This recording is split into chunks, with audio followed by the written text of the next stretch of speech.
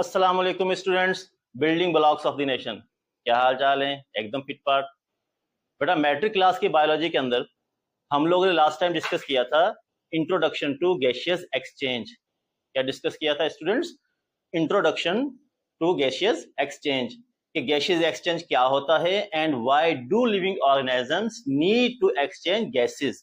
ऐसी क्या जरूरत पेश आती है कि हमें ऑक्सीजन और कार्बन डाइऑक्साइड के दरमियान एक्सचेंज कंटिन्यू रखना पड़ता है अपने लाइफ प्रोसेस को कंटिन्यू रखने के लिए। ठीक है, चाहे वो प्लांट्स हों, चाहे वो एनिमल्स हों या दूसरे लिविंग ऑर्गेनिजम्स हों। तो हम लोगों ने स्टडी किया कि भाई फोटोसिंथेसिस और एस्पायरेशन प्रोसेस को चलाने के लिए लिविंग ऑर्गेनिजम्स के अंदर ऑक्सीजन और कार्बन डाइऑक्साइड का एक्सचेंज होना चाहिए, जो वो अपने जो है ना इसको मेंटेन करने के लिए अपने लाइफ प्रोसेस को गैसियस एक्सचेंज का होना बहुत जरूरी है। ठीक है बेटा, तो आज उसका सेकंड लेक्चर मैं लेकर आया हूं आप लोगों के लिए। सेकंड लेक्चर में आज हम लोगों ने डिस्कस करना है गैसियस एक्सचेंज इन प्लांट्स। तो बच्चों जल्दी से हेडिंग लगाएं, कॉपी वाला लें अपने पास, पेन लें और हेडिंग लगाएं आप लोग। क्या हम लोगों ने आज डिस्कस करना है? Gaseous exchange in plants. तो मेरा नाम है Mohammad Afzal and welcome to the online platform of fast institute degree. ठीक है बेटा, तो आप लोग यहां से हेडिंग लगाएंगे गैसियस एक्सचेंज इन प्लांट्स।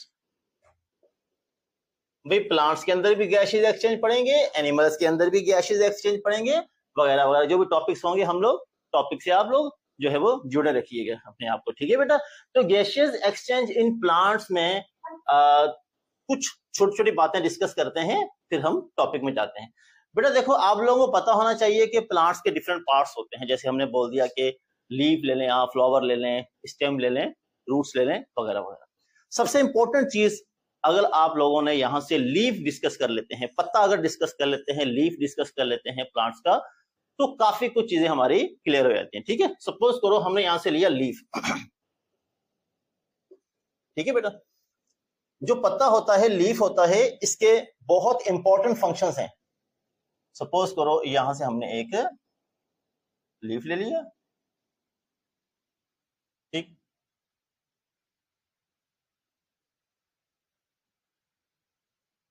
चले, ठीक है बेटा, ये बाहर से पत्ता आपको ऐसा नजर आता है, जो एक हमने जो लीफ लिया है, ये जो हमें एक डंडी टाइप नजर आती है, इसको हम कहते हैं स्टार्क। क्या बोलते हैं बच्चों? Stalk, STALK। ठीक है बेटा, और ये जो एक फैला हुआ पार्ट है, इसको हम कहते हैं लेमिना। क्या बोलते हैं हम इसको? लेमिना। ठीक है, फिर इसकी जो मुख्तलिफ पार्ट्स होते हैं, ब्लेड भी होता है, एपेक्स भी होती है, वगैरह वगैरह, वो फिलहाल इंपॉर्टेंट नहीं हमारे लिए। दरमियान में आती है मिड रिब। ठीक है, और ये छोटी छोटी होती है, इसको वेन्स कहते हैं। ठीक है, जिस तरह नसें होती है ना इंसानों के अंदर, इस तरह पत्तों के अंदर भी नसें होती हैं। इन वेन्स के अंदर जाइलम और फ्लोएम के बंडल्स होते हैं, जिसके अंदर फूड सर्कुलेट करता है, जैसे हमारी बॉडी के अंदर ब्लड सर्कुलेट करता है। ठीक है स्टूडेंट्स, तो अब ये पत्ता हमें बाहर से बाहर ऐसे नजर आ रहा है। अब इस पत्ते के हम लोग अंदर जाते हैं। ठीक है बेटा, इस पत्ते के अंदर जंप लगाई, इस लीफ के अंदर जंप लगाई। अच्छा, एक चीज आप लोग ध्यान में रखिएगा कि लीफ को हम फूड इंडस्ट्री भी कहते हैं, फूड इंडस्ट्री भी कहते हैं इसको, लीफ को। Leaf is also called food industry. पकवान सेंटर है भाई ये प्लांट्स का, फूड इंडस्ट्री है, इसमें खाना वगैरह भी तैयार होता है। ठीक है, ये बेटा ये लीफ की structure, stalk, lamina, mid rib, veins. अब हमने जाना है लेमिना के अंदर। लेमिना के अंदर जाना है, इसको आप छोड़ दो, स्टार्क को छोड़ दो, आप इसको फिलामेंट भी कहते हैं। हम पत्ते के अंदर जाएंगे, तो पत्ते के अंदर जब जाएंगे सारी कहानी क्लियर हो जाएगी गैसियस एक्सचेंज प्लांट्स में कैसे कैसे होता है। ठीक है बच्चों, ये एक तस्वीर लीफ की, आप जल्दी से ड्रा कर लो इसको जल्दी से ड्रा करो बेटा, पास करके, ताकि हम लोग इसके अंदर जाएं। चलेंगे, अब हम चलेंगे इसके अंदर। अच्छा, जब हम लीफ के अंदर जाएंगे, तो आपने लीफ को इस तरह रख के, लीफ को इस तरह रखकर आपने दो पार्ट्स में डिवाइड कर देना है। ठीक है, अपर पार्ट्स और लोअर पार्ट्स। ये लीफ आ गया हमारे पास। अब इस लीफ को हम लोग डिस्कस करेंगे, अपर पार्ट और लोअर पार्ट और central part.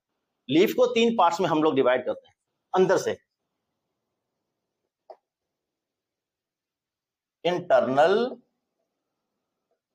Internal structure of leaf, अंदर से लीफ को हम यहां से डिवाइड कर दें 3 पार्ट्स के अंदर, कहानी एकदम सिंपल लगने लग जाएगी आपको, ठीक है बेटा।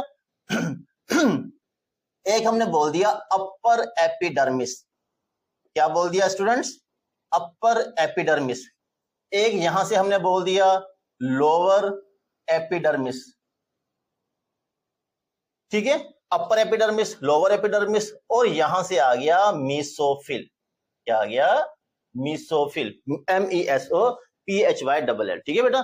पता लिया आपने, लीफ लिया, लीफ को पहले तो हम लोगों ने क्या किया, अंदर से इंटरनली लीफ को हमने 3 पार्ट्स में डिवाइड कर दिया, राइट। ऊपर वाला पार्ट हमने बोल दिया अपर एपिडर्मिस, नीचे वाला पार्ट हमने बोल दिया लोअर एपिडर्मिस, और अपर एपिडर्मिस और लोअर एपिडर्मिस के दरमियान में क्या आ गया, मीसोफिल। क्लियर है बेटा यहां तक?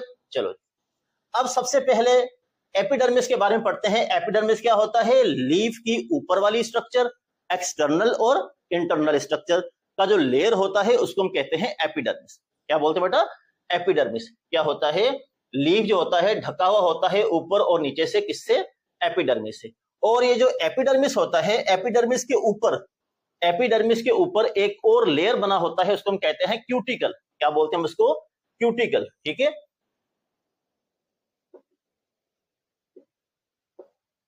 Epidermis, it is covered by a waxy layer cuticle, which is waterproof external covering of leaves, या लीफ करते हैं, ठीक है बेटा। चलें ऐसे करते हैं। जो एपिडर्मिस होता है बेटा, एपिडर्मिस क्या होता है, पूरा पत्ता ढका हुआ होता है एक लेयर के साथ, उसको हम बोल देते हैं एपिडर्मिस। अब जो एपिडर्मिस के ऊपर बाकायदा एक लेयर चढ़ा होता है जिसको हम कहते हैं वैक्सी लेयर, वैक्स से बना होता है। आपको पता होना चाहिए बेटा, वैक्स क्या है, लिपिड्स का एक कंपाउंड होता है जो वाटर रिपेलेंट होता है, मतलब वाटर को दफा करता है, वाटर को दूर करता है, वाटर को ढस ढस मारता है, पानी को करीब आने नहीं देता। लिहाजा वो क्या बन जाता है, वाटर प्रूफ बन जाता है। ना उसमें से वाटर डायरेक्टली जा सकता है अंदर, ना उसमें से वाटर जो है वो बाहर आ सकता है। यानी लीफ के ऊपर वैक्स का एक लेयर चढ़ा होता है जिसको हम कहते हैं क्यूटिकल, जो वाटर प्रूफ एक्सटर्नल कवरिंग होती है, जो वाटर के बहाव को डायरेक्टली रोकती है। बेटा पानी के बहाव को डायरेक्टली रोकती है। ये एक और बात है कि ट्रांसपायरेशन के जरिए वाटर क्या बनकर निकलता है, गैसेस बनकर निकलता है, और गुटेशन के जरिए वाटर क्या बनकर निकलता है, ड्रॉप्स। ऐसे ड्रॉप्स मॉइस्ट होकर, यानी कभी कभार आप सुबह के वक्त लीफ को लेकर नीचे वाले साइड को थोड़ा सा हाथ लगाएं, थोड़ा सा आपको मॉइस्चर महसूस होगी, तो बिल्कुल मॉइस्चर की तरह, नमी की तरह वाटर ड्रॉप बनकर बहुत स्लोली निकलता है गुटेशन के प्रोसेस में। ट्रांसपायरेशन में कैसे निकलता है, गैसेस बनकर। हम ये प्रोसेस पढ़ेंगे जब हम लोग ट्रांसपोर्टेशन पढ़ेंगे प्लांट्स के अंदर। ट्रांसपोर्टेशन की जो सीरीज चलेगी उसमें ट्रांसपायरेशन पढ़ेंगे, गुटेशन पढ़ेंगे, फैक्टर्स पढ़ेंगे, बहुत कुछ पढ़ेंगे हम लोग। तो उसमें ये बहुत अच्छी तरीके से क्लियर करेंगे हम क्यूटिकल को भी। लेकिन फिलहाल तो पानी को निकालने के प्लांट्स के पास यही रास्ते हैं कि वो गैस बनाकर निकालें या ड्रॉपलेट्स बनाकर, मॉइस्ट बनाकर बहुत स्लोली निकालें गुटेशन के प्रोसेस के जरिए। डायरेक्टली पानी का बहाव हम जिस तरह टूटी के जरिए, जिस तरह फुआरे के जरिए निकल रहा होता है पत्ते से, ना बाहर निकल सकता है ना अंदर जा सकता है। क्यों? क्योंकि उसके ऊपर क्या चढ़ा हुआ होता है, क्यूटिकल। क्या चढ़ा होता है बेटा उसके ऊपर, क्यूटिकल। और क्यूटिकल किससे मिलकर बनता है, वैक्स से। वैक्स क्या होते हैं, वाटर रिपेलेंट होते हैं, पानी के बहाव को रोकते हैं, जो है ना वो इसी वजह से मतलब हाइड्रोफोबिक भी होते हैं, वाटर का गुजरना मुमकिन नहीं होता। लिहाजा क्यूटिकल क्या बन जाता है, वाटर प्रूफ एक्सटर्नल कवरिंग। क्या बन जाता है students, water proof external coverings. तो अपर एपिडर्मिस में भी ऐसे होता है, लोअर एपिडर्मिस में भी होता है, क्यूटिकल यहाँ भी प्रेजेंट होता है, क्यूटिकल यहाँ भी प्रेजेंट होता है। ठीक है बेटा, हमारा पूरा टॉपिक जो है वो आप याद रखें, हमारा पूरा टॉपिक लीफ की अंदर वाली स्ट्रक्चर पर ही फोकस करेगा। ठीक है, अब जो मीसोफिल वाला पार्ट आ गया, जो मीसोफिल का पार्ट होता है, इस मीसोफिल के अंदर होता है फोटोसिंथेसिस। फोटोसिंथेसिस वाला पार्ट कौन सा होता है बेटा, मीसोफिल होता है। अब मीसोफिल को भी हम डिवाइड करेंगे 2 पार्ट्स के अंदर, एक ऊपर वाला पार्ट और एक नीचे वाला पार्ट। ऊपर वाला पार्ट क्या कहलाएगा? पैलिसैड मेसोफिल, और नीचे वाला पार्ट क्या कहलाएगा? Spongy mesophyll. ठीक है, क्लियर होगी कहानी? अच्छा जी, अब आप आ जाएं एपिडर्मिस। अब ऊपर वाला एपिडर्मिस और नीचे वाला एपिडर्मिस, ऊपर वाले एपिडर्मिस में और नीचे वाले एपिडर्मिस में स्पेशल टाइप्स के पोर्स पाए जाते हैं। क्या पाए जाते हैं? स्पेशल टाइप्स के पोर्स पाए जाते हैं। ऐसे पोर्स पाए जाते हैं कि वो खुल भी जाएं और बंद भी हो जाएं। क्या बोला मैंने? कि ऐसे पोर्स पाए जाएंगे, ऐसे सुराख पाए जाएंगे जिनको खुलिए, जिनको सेल्स इस तरह बंद भी कर देंगे, खोल भी देंगे और बंद भी कर देंगे। ये जो खुलने और बंद होने वाले पोर्स होते हैं, इनको हम कहते हैं स्टोमेटा। क्या बोलते हैं बच्चों? स्टोमेटा। तो स्टोमेटा से ही हमारी जो कहानी है वो स्टार्ट होती है। कौन सी? Gases exchange in plants. ठीक है बेटा, स्टोमेटा कहां पर होते हैं? अपर एपिडर्मिस पे भी, लोअर एपिडर्मिस पे भी। अपर एपिडर्मिस पे स्टोमेटा थोड़े कम होते हैं, लोअर एपिडर्मिस पे स्टोमेटा थोड़े ज्यादा होते हैं। तो स्टोमेटा से ही गैसियस एक्सचेंज प्लांट्स की पॉसिबल होती है। और भी तरीके हैं, हम पढ़ेंगे उसको, लेकिन फिलहाल स्टोमेटा पर हम लोगों ने फोकस करना है। ठीक है बेटा, तो इसको इंटरनल स्ट्रक्चर जो लीफ है इसको पहले अंदर से 3 पार्ट्स में डिवाइड करें। मैं आपको आगे लिखाता हूं। ठीक है बेटा, लीफ को अंदर से 3 पार्ट्स में डिवाइड कर दें। Upper epidermis, mesophyll, lower epidermis. ठीक है बेटा, upper epidermis, mesophyll, lower epidermis में डिवाइड कर दें। एपिडर्मिस के बारे में लिख लें क्या होती है? ये एक कवर होता है प्लांट्स का एक्सटर्नली। अपर ऊपर वाला एपिडर्मिस, नीचे वाला लोअर एपिडर्मिस, और एपिडर्मिस के ऊपर वैक्स का बना हुआ वाटरप्रूफ एक्सटर्नल कवरिंग होती है जिसको हम कहते हैं क्यूटिकल। पॉज करें, लिखें इसको बेटा।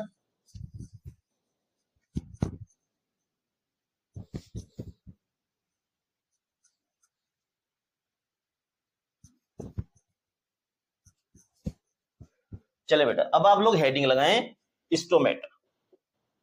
हमने जब लीफ को अंदर से देखा तो हमें स्टोमेटा कहां पर नजर आया बच्चों? एपिडर्मिस पे नजर आया। Present on epidermis. ये और बात है कि कुछ प्लांट्स ऐसे हैं जिन पे आपको बेटा कुछ इंपॉर्टेंट एक्सेप्शंस होती हैं, वो भी साथ साथ क्लियर करवा देता हूं मैं। कुछ प्लांट्स ऐसे हैं जिनके अपर वाले एपिडर्मिस पे भी, लोअर वाले एपिडर्मिस पे भी सेम मतलब नंबर या सेम अमाउंट होती है स्टोमेटा की। कुछ प्लांट्स ऐसे हैं जिनके अपर एपिडर्मिस पे थोड़े से कम स्टोमेटा पाए जाते हैं, नीचे वाले एपिडर्मिस पे ज्यादा स्टोमेटा पाए जाते हैं, और कुछ ऐसे होते हैं जिन पर सेम नंबर पाए जाते हैं। बहरहाल कॉन्सेप्ट ये है कि स्टोमेटा कहां मिलेगा आपको? Present on epidermis of leaves. पत्तों के एपिडर्मिस पे तो भरमार होगी स्टोमेटा की, बहुत सारे होंगे। ठीक है, और कुछ कहां मिलेंगे आपको? स्टेम में मिलेंगे। याद रखिएगा, मैं लिख देता हूं यहां पर आपको, ज्यादा तादाद आपको बेटा ये एपिडर्मिस स्टेम पर भी होगा, तन्ने पर भी एपिडर्मिस होगा। क्या बोलेंगे हम उसको? स्टेम का एपिडर्मिस। ठीक है, थोड़ा सा स्ट्रक्चर के हवाले से, इलास्टिसिटी के हवाले से फर्क आता रहता है। जो प्लांट्स के पत्ते का एपिडर्मिस होता है वो मोर इलास्टिक होता है, मोर फ्लेक्सिबल होता है, पत्ते को रोटेट करने में भी हेल्प करता है। जो स्टेम क्या होता है वो थोड़ा हार्ड होता है, वुडी बन जाता है, वुडी। तो present on epidermis of leaves and stem, तना और पत्ते के एपिडर्मिस में पाए जाएंगे स्टोमेटा। अच्छा भाई, स्टोमेटा होता क्या है? Stomata are slits like openings or pores, slits like openings or pores which can be opened or closed। ऐसे slits का मतलब पता है ना? slits किसको बोलते हैं? बारीक सा छेद बन जाना या दरमियान में से कट करना, शगाफ पड़ जाना, चीरा आ जाना, ऐसा मतलब शगाफ या ऐसा छेद या ऐसा स्लिट कि जो बंद भी हो जाए खुल भी जाए, बंद भी हो जाए खुल भी जाए, बंद भी हो जाए खुल भी जाए। तो इसको हम कहते हैं स्टोमेटा। ऐसे छेद को हम प्लांट्स के अंदर बोलते हैं स्टोमेटा, या हम पोर्स कह सकते हैं, पोर बोल दो, नो प्रॉब्लम, पोर बोल सकते हैं। ऐसे पोर्स, लेकिन बेटा एक चीज ध्यान में रखिएगा, पोर्स प्लांट्स में और भी होते हैं, पोर्स प्लांट्स में और भी होते हैं, सिर्फ स्टोमेटा नहीं होते, हाइड्रोथोर्स भी हम पढ़ेंगे, हम लोग लेंटिसेल्स पढ़ेंगे, हम लोग स्टोमेटा पढ़ेंगे। लेकिन स्टोमेटा की एक बड़ी खास बात यह है कि स्टोमेटा बंद भी हो जाते हैं, खुल भी जाते हैं। लेंटिसेल्स आप देखेंगे खुले रहेंगे, हाइड्रोथोर्स देखेंगे स्पेसिफिक कंडीशंस पर डिपेंड करेंगे, लेकिन स्टोमेटा मुख्तलिफ सिचुएशंस के दौरान खुलेंगे भी और बंद भी हो जाएंगे। ये प्रॉपर्टी सिर्फ किसकी है? स्टोमेटा के। तो स्टोमेटा बेटा क्या हुआ? Stomata are slits like openings और pores which can be opened और क्लोज्ड। कहां कहां पर नजर आएंगे आपको? पत्तों पर बहुत ज्यादा नजर आएंगे, कुछ अमाउंट इसकी स्टेम पर होगी, और स्टेम पर भी अक्सर प्लांट्स ऐसे होंगे जिन पे स्टोमेटा बहुत कम होंगे, अक्सर प्लांट्स ऐसे होंगे जिनके स्टेम के अंदर स्टोमेटा बहुत ज्यादा होंगे, और कुछ प्लांट्स होते हैं जिनके स्टेम के ऊपर स्टोमेटा ना होने के बराबर होते हैं। सारे स्टोमेटा तकरीबन लीव्स पर पाए जाते हैं। ठीक है बेटा। अच्छा, अब स्टोमेटा के जरिए क्या हम कहेंगे? Gaseous exchange takes place through stomata. Gaseous exchange बेटा किसके जरिए होता है? प्लांट्स में स्टोमेटा के जरिए ही होता है। अच्छा, गैसियस एक्सचेंज का यहां पर एक बड़ी इंपॉर्टेंट बात बता रहा हूं। कोई भी गैस, मतलब कार्बन डाइऑक्साइड, ऑक्सीजन, ये भी, इसके अलावा वाटर वेपर्स भी, पानी की जो गैसेस की फॉर्म है, स्टीम की फॉर्म है, वो भी याद रखना स्टोमेटा के जरिए ही रिलीज होगी, और उस प्रोसेस को हम कहेंगे ट्रांसपायरेशन। याद रखिएगा, ट्रांसपोर्टेशन वाली सीरीज के अंदर हम लोग ट्रांसपायरेशन को डिस्कस करेंगे। तब भी मैं आपको पढ़ाऊंगा कि स्टोमेटा जो है ना, वो transpiration is perform through stomata के। ट्रांसपायरेशन किसके जरिए होती है? स्टोमेटा के जरिए। पानी क्या बनकर निकलता है? गैस बनकर निकलता है। क्लियर हो रहा है बेटा? तो गैसेस एक्सचेंज, किसी भी किस्म की गैसेस स्टोमेटा से रिलीज हो सकती है, चाहे वो वाटर की गैसेस फॉर्म ही क्यों ना हो। तो स्टोमेटा कहां होते हैं? ठीक है, क्लियर हो गया बेटा। Gases exchange takes place through stomata. अब स्टोमेटा प्लूरल होता है, इसका सिंगुलर होता है स्टोमा, इसका सिंगुलर होता है स्टोमा। ठीक है बेटा। तो अब यहां से स्टोमेटा को जब हम लोग क्लियर कर लेंगे ना, तो आपने ये जहन में रखना है कि यहां से प्लांट्स के अंदर जो स्टोमेटा होंगे वो ज्यादातर पाए जाएंगे लोअर एपिडर्मिस पे, कम पाए जाएंगे अपर एपिडर्मिस पे, या तकरीबन बराबर में अक्सर प्लांट्स के अंदर। तो स्टोमेटा बेसिकली बनता कैसे है बेटा? देखो, एक चीज ध्यान में रखो, एक चीज अपने जहन में रखो। पहले आप दो सेल बनाओ। होता क्या है? दो सेल होते हैं। जैसे सपोज करो, एक सेल आपने ये ले लिया, ठीक है, और एक सेल आपने यहां से ये बना लिया। चलो जी, ये सेल बन गया, और दरमियान में यहां से आपने एक शगाफ बना लिया। दोनों सेल्स को जब आपस में जोड़ते हैं आप, तो दरमियान में एक स्लिट बन गया, एक छेद बन गया, एक कैविटी बन गई, एक स्पेस बन गई, जो थोड़ी देर बाद खुल भी जाएगी और बंद भी हो जाएगी। ये जो दो सेल्स होते हैं स्टूडेंट्स, इन सेल्स को हम कहते हैं गार्ड सेल्स। क्या बोलते हैं? गार्ड सेल्स, है ना। बॉडीगार्ड वाले सेल हैं भाई। स्टोमेटा को बचा के रखा हुआ बीच में है, तो ऐसा मुश्किल वक्त आता है तो स्टोमेटा को छुपा देते हैं ना, कोई दुश्मन वगैरह आता है तो गार्ड सेल्स है, बॉडीगार्ड स्टोमेटा के। दो सेल हैं। ओके हो गया, क्लियर हो गया। अब ये गार्ड सेल है बेटा। यहाँ पर आपको कहीं ना कहीं आपको यहाँ पर सेल के पार्ट्स नजर आएंगे, आपको न्यूक्लियस नजर आएगा, आपको यहाँ पर क्लोरोप्लास्ट नजर आएगा, बड़ा सा आपको एक वैक्यूल नजर आएगा। इसी तरह आप यहाँ पर बना लो, वैक्यूल बना लो, आप न्यूक्लियस बना लो, छोटे छोटे क्लोरोप्लास्ट बना लो, राइबोसोम बना लो, जो भी पार्ट्स हैं सेल के, वो सारे आपको कहां मिलेंगे? गार्ड सेल में। एक इसकी बड़ी प्यारी बात ये होगी कि अंदर से जो लेयर होगा ना, इसका अंदर से जो लेयर होगा गार्ड सेल का, वो थोड़ा सा मोटा होगा। जो अंदर की वॉल होगी बेटा, अंदर की जो वॉल होगी, अंदर की दीवार होगी, इसकी अंदर की जो दीवार होगी गार्ड सेल की, वो थोड़ी मोटी होगी, इनर थिकर वॉल। ठीक है। और बाहर से जो वॉल होगी, ये जो बाहर वाली वॉल है, ये थोड़ी सी पतली होगी, आउटर थिनर वॉल। अच्छा, ये बड़ी इंपॉर्टेंट चीज है, इसका जहन में रखना आप, कि जो अंदर से इसकी थिकर वॉल होगी, मोटी वॉल होगी, वो इसका जो प्रेशर मेंटेन करेगी। जब सेल प्रेशर मारेगा, बताऊंगा आपको कैसे गार्ड सेल्स खोलेंगे स्टोमेटा को, कैसे गार्ड सेल्स। स्टोमेटा की अपनी कोई कारीगरी नहीं है बेटा, स्टोमेटा ने ही जो है ना गार्ड सेल ने ही स्टोमेटा को खोलना है, गार्ड सेल ने इसको बंद करना है। तो गार्ड सेल कैसे बंद करेंगे, कैसे खोलेंगे, मैं बताता हूं आपको कि क्लोजिंग एंड स्टोमेटा ऑफ जो है ना closing and opening of stomata किस किस फैक्टर पर डिपेंड करते हो पढ़ते हैं, no problem.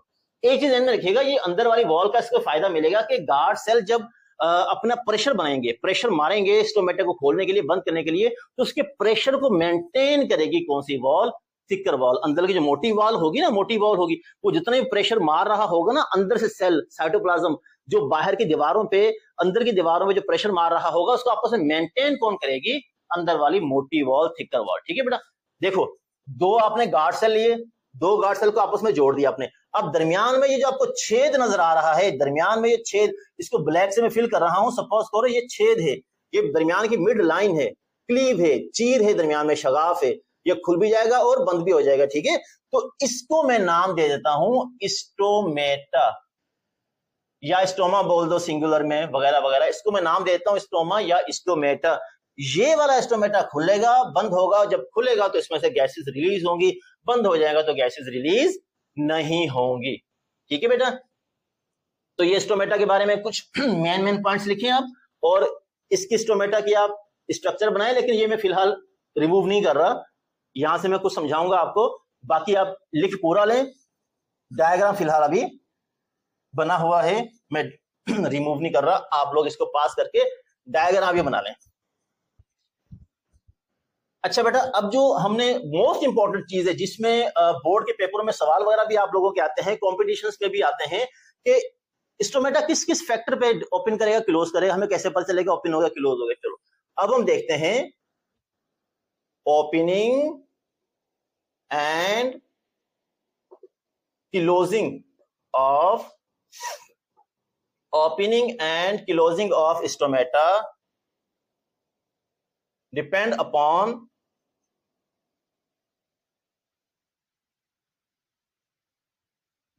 on some factors.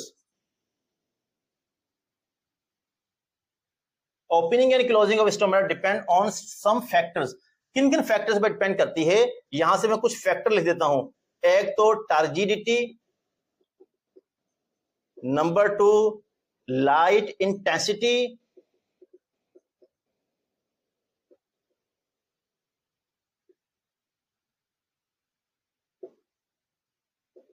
concentration of different gases and solutes,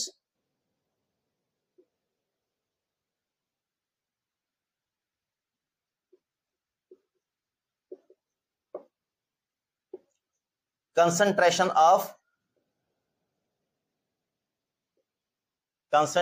of potassium ions,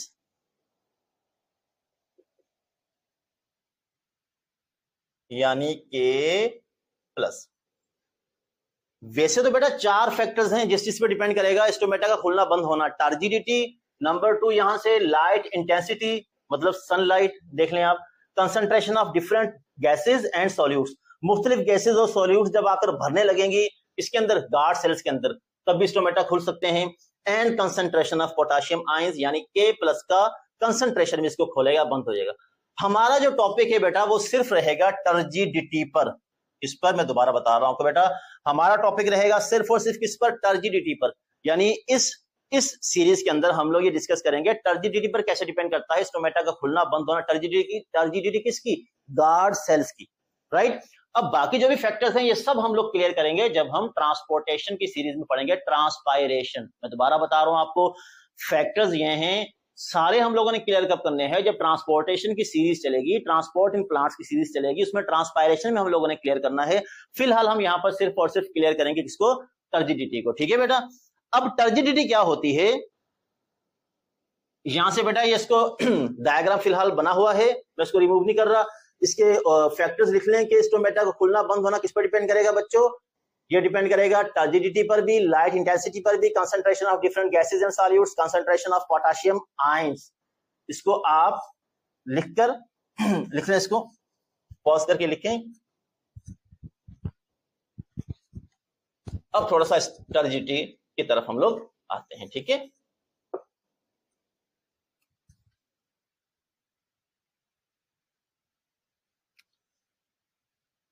बेटा मैट्रिक क्लास की बायोलॉजी का लेक्चर है, तो मैंने स्टार्टिंग में बताया भी है, फिर मैं यहाँ से मैं नोट कर रहा हूँ, ठीक है। तो यहाँ से स्टोमेटा को हम लोग देखते हैं टर्जिडिटी की बेस पर। बेटा टर्जिडिटी का मतलब क्या होता है? सेल का यकदम फूल जाना, swelling, swelling of cell, cell का यकदम फूल जाना। भाई सेल यकदम कैसे फूलेगा? जब उसका वैक्यूल भर जाएगा, वैक्यूल फिल्स। भाई प्लांट का जब सेल छोटा होता है तो उसमें छोटे छोटे वैक्यूल्स होते हैं बहुत सारे। उस जैसे प्लांट का सेल बड़ा होता है तो वो छोटे छोटे वैक्यूल मिलकर बड़ा सा वैक्यूल बन जाता है। अब उस बड़े वैक्यूल के अंदर पानी आता रहता है, आता रहता है, आता रहता है। एक वक्त ऐसा आता है जब उसमें पानी इतना भर जाता है कि वो जो वैक्यूल होता है वो प्रेशर मारता है, किस पर? सेल वॉल ऑफ सेल पर। सेल वॉल जो है ना सेल की, उस पर प्रेशर मारेगा। उससे क्या होगा? जो सेल होगा वो आहिस्ता आहिस्ता आहिस्ता स्वेल होता जाएगा, ऐसे फूलता जाएगा। जैसे नहीं मतलब पानी पीता रहता है, पेट ऐसे फूल जाता है, इस तरह फूलता जाएगा, फूलता जाएगा, फूलता जाएगा। इस फूलने की कंडीशन को कहेंगे टर्जिडिटी। और वो जो प्रेशर तब मार रहा होगा सेल उसकी वॉल्स पर, वो हम क्या क्या बोलेंगे इसको? Turgor pressure. क्या बोलेंगे? Turgor pressure. तो याद रखना टर्जिडिटी कौन सी स्टेट होती है? हेल्दी स्टेट, है ना भाई। देखने में ऐसा लगेगा ना कि बंदे ने खाया पिया है, सही है यार, बंदा हेल्दी लग रहा है। बिल्कुल भी कुछ नहीं खाया पिया होगा तो कमजोर लगेगा। तो हेल्दी स्टेट होती है प्लांट्स की कौन सी? टर्जिडिटी वाली। और जब सेल टर्जिड हो जाता है तो इसका मतलब है सेल स्वेल हो गया, बड़ा हो गया, फूल गया है, ठीक है। और वो जो प्रेशर मारेगा उसको हम कहेंगे टर्गर प्रेशर। अब ऐसा तभी पॉसिबल है जब सेल के अंदर ज्यादा सोल्यूट्स आएंगे, उसके वैक्यूल में ज्यादा सोल्यूट्स आएंगे, ज्यादा पानी आ रहा होगा, तभी पॉसिबल है। अगर वैक्यूल ही खाली पड़ा हुआ है, सेल को कुछ खाने पीने के लिए मिल ही नहीं रहा, तो मुझे आप बताएं कि वो किस तरह टर्जिडिटी में कन्वर्ट हो सकता है ना? तब तो सेल फ्लेक्सिड हो जाएगा, कमजोर हो जाएगा, वगैरह वगैरह। टर्जिडिटी की जो ऑपोजिट फॉर्म होती है वो फ्लेक्सिडिटी होती है, सेल तो वीक हो जाएगा। लेकिन जब वैक्यूल में बार बार सोल्यूट्स, मिनरल्स, वाटर्स, गैसेज आती रहेंगी तो वैक्यूल का चांस होगा क्या होने का? स्वेल होने का, बढ़ जाने का, एक्सपेंड होने का, जिससे सेल भी एक्सपेंड हो जाएगा। ठीक है बेटा, क्लियर हो गया। अब टर्जिडिटी के अंदर होता क्या है कि जो गार्ड सेल है ना, गार्ड सेल्स, इस गार्ड सेल का जो ये वैक्यूल आपको नजर आ रहे हैं, ये जो आपको वैक्यूल नजर आ रहे हैं दोनों साइडों पर, इनके अंदर जब सॉल्यूट्स और पानी आते रहते हैं तो ये वैक्यूल आहिस्ता आहिस्ता आहिस्ता आहिस्ता बड़ा होता रहता है। जैसे ही वैक्यूल दोनों बड़े होते हैं तो गार्ड सेल्स टर्जिड हो जाते हैं। टर्जिड का मतलब होता है कि टर्गर प्रेशर मारते हैं। जैसे ही टर्जिड हो जाएंगे दोनों यहां से स्वेल हो जाएंगे तो दरमियान वाला छेद जो होगा, जो स्टोमेटा होगा, वो आराम से खुल जाएगा। हम उसको बोलेंगे स्टोमेटा ओपन हो गया। दोबारा जैसे ही स्टेट बदलेगी, फ्लेक्सिबिलिटी में कन्वर्ट होगी, ये दोबारा सिकुड़ेंगे, श्रिंक होंगे, तो दरमियान वाला जो छेद होगा वो दोबारा बंद हो जाएगा। हम उसको बोलेंगे स्टोमेटा क्लोज हो गया। अब एक चीज ध्यान में रखिएगा, अमूमन नॉट 100%, बट अमूमन usually stomata open during day time, अमूमन ड्यूरिंग डे टाइम। दिन की रोशनी में स्टोमेटा अमूमन खुले रहते हैं और रात को बंद हो जाते हैं। तो उसका रीजन भी ये है, डे टाइम में टर्जिडिटी का चांस भी होता है क्योंकि फोटोसिंथेसिस हो रही होती है ना बेटा, ग्लूकोज वगैरह, जो भी सॉल्यूट्स, गैसेस, कार्बन डाइऑक्साइड वगैरह, या जो भी जितनी भी गैसेस अलग से होती हैं वो सारी की सारी यूज होनी है वो, और जो बन रही हैं वो, जो सॉल्यूट्स बन रहा है वो सारे का सारा डिपॉजिट होता रहता है सेल के अंदर। दिन की रोशनी में ज्यादा फोटोसिंथेसिस होती रहती है जिसकी वजह से वैक्यूल ज्यादा स्ट्रॉन्ग होता रहता है, ज्यादा टर्जिडिटी पॉसिबल है। रात को क्योंकि ये प्रोसेस नहीं हो रहा होता, वैसे भी ज्यादा ड्रॉट कंडीशंस रात को हो जाती है प्लांट्स के लिए, तो सेल आहिस्ता आहिस्ता श्रिंक हो जाता है। जैसे ही गार्ड सेल्स टर्जिड होंगे स्टोमेटा खुल जाएगा, जैसे ही फ्लेक्सिड होंगे स्टोमेटा बंद हो जाएगा। इसी वजह से डे टाइम के अंदर स्टोमेटा अमूमन खुलते हैं, क्योंकि मैंने जितने भी फैक्टर्स लिखे वो सब सपोर्ट कर रहे हैं डे टाइम को। याद रखना, पोटेशियम आयंस भी डे टाइम में सपोर्ट करेगा ज्यादातर, सनलाइट की इंटेंसिटी भी डे टाइम में सपोर्ट करेगी, कार्बन डाइऑक्साइड का कंसंट्रेशन भी डे टाइम में सपोर्ट करेगा, टर्जिडिटी भी डे टाइम में सपोर्ट करेगी। चारों के चारों फैक्टर्स ज्यादातर डे टाइम में सपोर्ट करेंगे, इसी वजह से स्टोमेटा डे टाइम में खुले रहेंगे, रात को बंद हो जाएंगे। तो याद रखना बेटा, स्टोमेटा टर्जिडिटी जैसे ही गार्ड सेल्स की बढ़ेगी, गार्ड सेल्स स्वेल हो जाएंगे, छेद खुल जाएगा, स्टोमेटा खुल जाएगा। हमने कहा स्टोमेटा ओपन हो गया। जैसे ही गार्ड सेल दोबारा श्रिंक होंगे, फ्लेक्सिड होंगे, स्टोमेटा दोबारा बंद हो जाएगा। तो अब बहुत अच्छे तरीके से आप लोग डायग्राम भी इसका बनाएं और सारी चीजें लिखें कि टर्जिडिटी से किस तरह गार्ड सेल्स खोलेंगे स्टोमेटा को, किस तरह बंद करेंगे। ठीक है, पास करके अच्छी तरह सारी चीजें लिखें।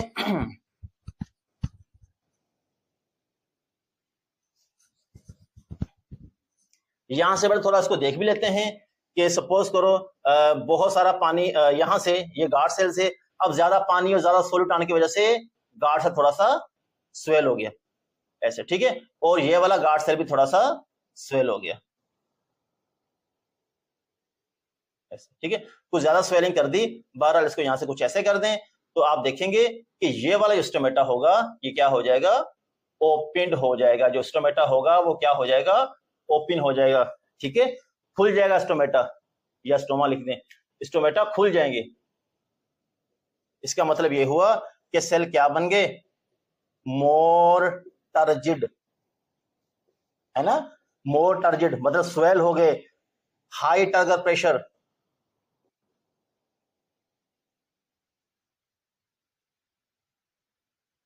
प्रेशर हाई हो रहा है और सेल स्वेल हो रहे हैं, इतनी ताकत आ गई सेल के पास, हेल्दी हो गए सेहतमंद हो गए, और दरमियान वाला स्टोमेटा खुल गया। अब इसका अपोजिट देख लें, जैसे ही ये फ्लेक्सिड होंगे सिकुड़ेंगे तो एक छेद दरमियान में बंद हो जाएगा, ये दोबारा टर्गर प्रेशर रिलीज होते होते होते होते सिफर पर आ जाएगा और दरमियान में से छेद बंद हो जाएगा, वैक्यूल खाली हो जाएंगे, हम कहेंगे स्टोमेटा दोबारा क्या हो गया, क्लोज हो गया। ठीक है बेटा, बात आ रही है समझ में। स्टोमेटा के जरिए, स्टोमेटा होता क्या है, स्टोमेटा कैसे बनता है, अब आप खुद ही डेफिनेशंस को मॉडिफाई कर देना। ठीक है बेटा, देखो, when two guard cells are formed in middle of two guard cells, between two adjacent guard cells there is a slit formed that is called stomata। जब दो गार्ड सेल्स बनते हैं तो दरमियान में एक छेद बन जाता है, वो जो दरमियान का एक छेद होता है वो छेद क्या कहलाता है, स्टोमेटा कहलाता है, सिंगुलर स्टोमा, प्लूरल स्टोमेटा। और जब स्टोमेटा गार्ड सेल्स टर्जिड हो जाएंगे, स्टोमेटा खुल जाएगा, बंद हो जाएंगे, स्टोमेटा जो है वो बंद हो जाएगा। यूजुअली जितने भी फैक्टर्स स्टोमेटा को क्लोजिंग और ओपन करने के लिए जरूरी होते हैं वो डे टाइम में सपोर्ट कर रहे होते हैं, इसी वजह से डे टाइम में स्टोमेटा अमूमन खुलता है और रात को स्टोमेटा बंद हो जाता है। ठीक है बेटा, तो याद रखना, gaseous exchange in plants take place through stomata. Gaseous exchange plants में स्टोमेटा के जरिए ही पॉसिबल होता है, मुमकिन होता है। ठीक है, क्लियर होगी बात यहां तक? इसको अच्छी तरह लिख लें, आप पॉज करके इसको ड्रा करें, अच्छी तरह लिखें।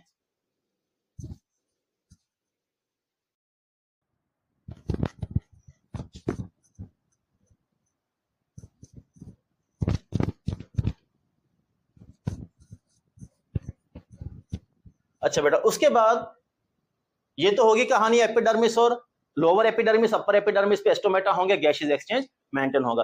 अब थोड़ा सा मीसोफिल देखते हैं बेटा। मीसोफिल प्लांट्स के लीव्स पर मीसोफिल स्पेशल सेल्स होते हैं। मैंने कहा पेलिसेड कितने पार्ट्स में डिवाइड कर दो इसको, पेलिसेड मीसोफिल, अपर मीसोफिल, याद रखना। जैसे ही अपर एपिडर्मिस से नीचे आओगे तो अपर मीसोफिल वाला पार्ट होगा पेलिसेड मीसोफिल कहलाएगा, उसके नीचे होगा स्पॉन्जी मीसोफिल, ठीक है, लोअर मीसोफिल। अच्छा बेटा, एक चीज ध्यान में रखिएगा कि ये जो मीसोफिल वाला पार्ट है ना, इसकी खासियत है क्योंकि ये दो प्रोसेस रन करता है।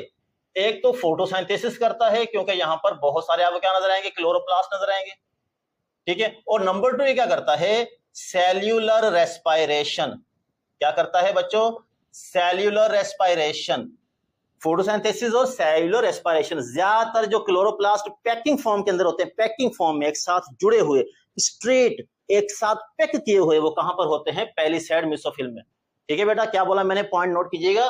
पेलिसेड मीसोफिल के अंदर टाइटली पैक्ड क्लोरोप्लास्ट होते हैं और जो इलास्टिक ढीले दरमियान में स्पेसेस होती हैं वो कहां पर होते हैं, स्पॉन्जी मीसोफिल में। तो स्पॉन्जी मीसोफिल में आपको कैविटीज नजर आएंगी, क्लोरोप्लास्ट के दरमियान में डिफरेंट सेल्स जो है ना उसके दरमियान में आपको क्या नजर आएंगी, स्पेसेस नजर आएंगी, इलास्टिसिटी नजर आएंगी, लचकदार पार्ट होगा स्पॉन्जी मीसोफिल। तो स्पॉन्जी मीसोफिल की लचकदार इलास्टिक होने से फायदा क्या मिलेगा? दो फायदे मिलेंगे पत्ते को एक तो फायदा मिलेगा, पत्ता इस तरह राइट ऐसे मतलब हिलेगा, हरकत करेगा, दरमियान में से ऊपर नीचे होगा, टूटने से बचेगा।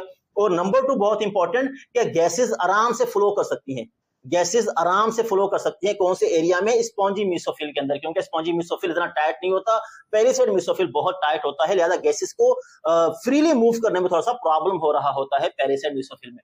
Tightly packed chloroplast are present palisade mesophyll and elastic and spongy chloroplast are present in spongy mesophyll where gases can easily flow from one cell to another cell। तो मेसोफिल वाला पार्ट जो लीफ का है, mesophyll वाला part जो है इसमें photosynthesis भी हो सकती है, सेलुलर रेस्पिरेशन भी हो सकती है। अब यहां पर एक बहुत इंपॉर्टेंट चीज मैं आपको बता दूं कि डे टाइम के अंदर जो मेसोफिल में दोनों काम हो रहे होते हैं, फोटोसिंथेसिस भी हो रहा होता है, सेलुलर रेस्पिरेशन भी हो रहा होता है। लेकिन जैसे ही बेटा रात होती है, सूर्य की रोशनी खत्म होती है, डार्क जो होता है, रात का अंधेरा हो जाता है, तब आपको पता होना चाहिए फोटोसिंथेसिस का प्रोसेस रुक जाएगा। जैसे फोटोसिंथेसिस का प्रोसेस रुक जाएगा तो आपको याद होना चाहिए जब फोटोसिंथेसिस का प्रोसेस रुक गया तो क्या बनना खत्म हो जाएगा, क्या बनना बंद हो जाएगा? ग्लूकोज और ऑक्सीजन बनना बंद हो जाएंगे, ग्लूकोज और ऑक्सीजन बनना बंद हो जाएंगे जैसे फोटोसिंथेसिस का प्रोसेस बंद होगा। लेकिन सेलुलर रेस्पिरेशन का प्रोसेस तो चलता रहेगा। इसका मतलब हुआ कार्बन डाइऑक्साइड तो बनती रहेगी। अब जब कार्बन डाइऑक्साइड बनती रहेगी, अब रात के वक्त कार्बन डाइऑक्साइड का निकलना प्लांट्स के लिए कैसे मुमकिन होगा? स्टोमेटा तो बंद हो गया, स्टोमेटा तो बंद हो गया। अब रात के वक्त कार्बन डाइऑक्साइड का निकलना जो है वो कहां से पॉसिबल होगा? वो पॉसिबल होगा लेंटिसेल से। कहां से? लेंटिसेल से। ठीक है, लेंटिसेल्स क्या होते हैं? कैविटीज या एम्प्टी स्पेसेस या cavities between two adjacent cells present on stem and roots. जड़ें और स्टेम के ऊपर स्पेशल कैविटीज स्पेसेस होंगी। जब दो सेल्स आपस में जुड़ेंगे, दरमियान की स्पेसेस को हम क्या कहेंगे? लेंटिसेल्स बोलेंगे। बेटा लेंटिसेल्स 24/7 ओपन रहेंगी, स्टोमेटा की तरह बंद खुले होंगी नहीं। रात के वक्त डे टाइम में भी लेंटिसेल्स से कुछ ना कुछ तो होता रहता है, लेकिन रात को क्योंकि स्टोमेटा बंद हो गया, अब सारा रोग किसका आ गया? प्लांट पर, लेंटिसेल्स का। अब लेंटिसेल्स के थ्रू ही कार्बन डाइऑक्साइड जो है वो ज्यादा जो है वो सेलुलर रेस्पिरेशन के दौरान जो कार्बन डाइऑक्साइड बनती रहेगी रात के वक्त, वो कहां से निकलती रहेगी? वो लेंटिसेल से निकलती रहेगी, क्योंकि स्टोमेटा बंद हो जाएगा। स्टोमेटा रात को बंद हो जाएगा तो रात के वक्त कौन सी चीज सपोर्ट कर रही होगी? क्योंकि कार्बन डाइऑक्साइड तो बन रही है, फोटोसिंथेसिस का प्रोसेस तो रात को सेलुलर रेस्पिरेशन का प्रोसेस तो रात को भी चलता जा रहा है। तो इसी वजह से जो कार्बन डाइऑक्साइड ज्यादा रिलीज हो रही होगी वो रात को लेंटिसेल से रिलीज हो रही होगी। ठीक है बेटा, तो लेंटिसेल्स के बारे में भी आप इसको लिख लें अच्छी तरीके से।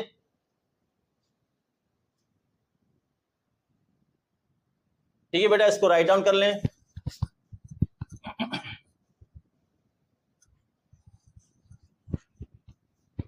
अब बेटा एक छोटा सा डायग्राम, क्लास खत्म। अब देखें, अब करना क्या बेटा? लीफ के अंदर चलेंगे, लीफ के अंदर चलेंगे। सही है, यहां से आपने ऊपर एक लेयर बनाया, कौन सा? ये ऊपर वाला लेयर बना दिया आपने, क्यूटिकल। यहां पर क्यूटिकल आ गया। अब क्यूटिकल के अंदर ये कौन सा पार्ट बना दिया आपने? एपिडर्मिस। ठीक है, इसी तरह यहां पर एक क्यूटिकल बना दिया, ठीक, और इसके अंदर ये वाला पार्ट बना दिया आपने, लोअर एपिडर्मिस। इसको मैंने बोल दिया अपर एपिडर्मिस, इसको मैंने बोल दिया लोअर एपिडर्मिस। और दरमियान में यहां से जैसे ही लोअर एपिडर्मिस से नीचे आए तो यहां पर आपको टाइटली पैक्ड क्लोरोप्लास्ट वाले सेल नजर आएंगे, जिसको हम कह देंगे पैलिसेड मीसोफिल। ठीक है, मैं समझा चुका हूं आपको। पैलिसेड मीसोफिल्स के जैसे नीचे आएंगे तो यहां से आपको कैविटीज वाले फ्री इलास्टिक लंबे लंबे आपको ट्यूब्स की तरह के सेल नजर आएंगे, ट्यूब्स की तरह की। इसको हम बोल देंगे स्पॉन्जी मीसोफिल। ठीक है बेटा, और यहां से आप छोटे छोटे सुराख बना दें या कुछ सेल बना दें, जैसे गार्ड सेल्स होंगे, दरमियान में छेद होगा। तो मैं ऐसे नहीं बना रहा, मैं वैसे डायरेक्टली लिख रहा हूं कि इसका मतलब है यहां पर क्या है? स्टोमेटा है। ठीक है, जहन में रखिएगा कि स्टोमेटा का मतलब यहां पर गार्ड सेल्स होंगे, दरमियान में छेद होगा, खुलेंगे, बंद होंगे, वगैरह वगैरह, ठीक है। तो अब ये पत्ते की जो स्ट्रक्चर है ना, लीव रखे यहाँ पे ऐसे, ये ऊपर वाला part upper epidermis, lower epidermis, upper epidermis के ऊपर क्या चढ़ा हुआ है, वैक्सी लेयर कॉल्ड क्यूटिकल, इसी तरह क्यूटिकल यहाँ पर भी है और ये स्टोमेटा यहाँ पर भी है, स्टोमेटा यहाँ पर भी होंगे। दरमियान वाला पार्ट क्या कहलाएगा, मेसोफिल, जिसको दो पार्ट्स में डिवाइड करेंगे। Upper mesophyll is also called palisade mesophyll, lower epidermis is lower mesophyll is also called spongy mesophyll, ठीक है। तो बेटा कहानी क्लियर है, इसको अच्छी तरीके से लिखें, पॉज करके। अपना ख्याल रखिएगा, पढ़ते रहें, इंशाल्लाह अगले लेक्चर में मुलाकात होगी। अपना ख्याल रखिएगा, अल्लाह हाफिज।